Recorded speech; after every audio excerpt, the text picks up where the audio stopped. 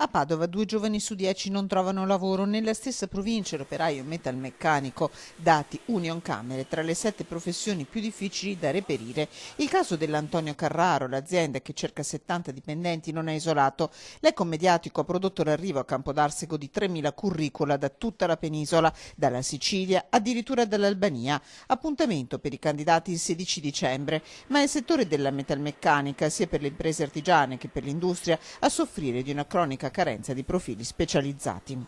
Sono diverse le aziende che stanno cercando personale e non lo trovano. Si stima oltre il 30% del personale ricercato non si riesce a trovare.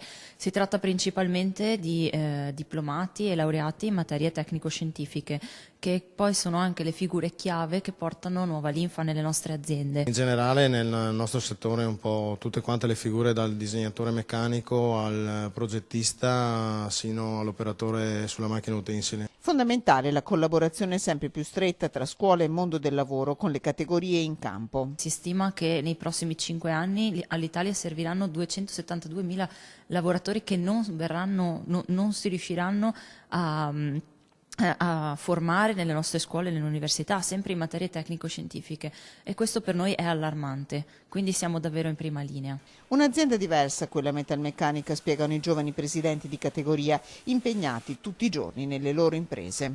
Forse c'è memoria storica dell'officina meccanica, dove il ragazzo magari si sporcava d'olio, aveva la tutela al lavoro e quant'altro, è che si parla ormai di 30-40 anni, forse anche 50 anni fa.